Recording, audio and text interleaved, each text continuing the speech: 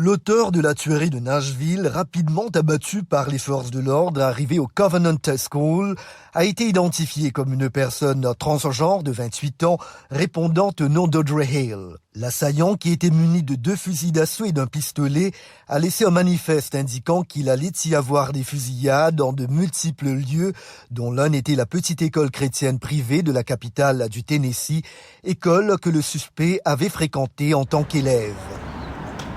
Lundi soir, des fleurs ont été déposées sur un mémorial improvisé à l'extérieur de l'établissement où des personnes s'agenouillaient pour prier. Je me suis sentie en état de choc et j'ai eu l'impression que c'était si proche de chez moi. Et le fait qu'il s'agissait d'une attaque contre nos enfants. Le mobile encore inconnu pourrait être lié à une rancune à l'encontre de cette école, indique la police.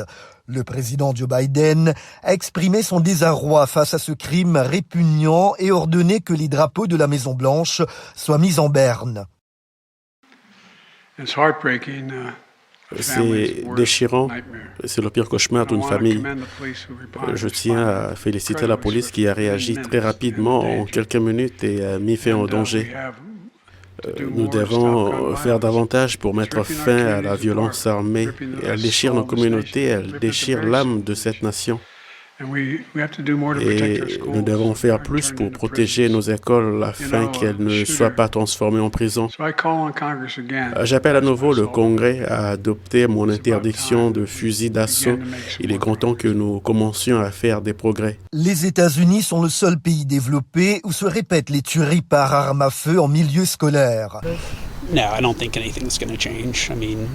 Non, je ne pense pas que les choses vont changer. Les gens sont juste trop obsédés. Je suis tout à fait pour les droits des armes à feu. J'ai une arme.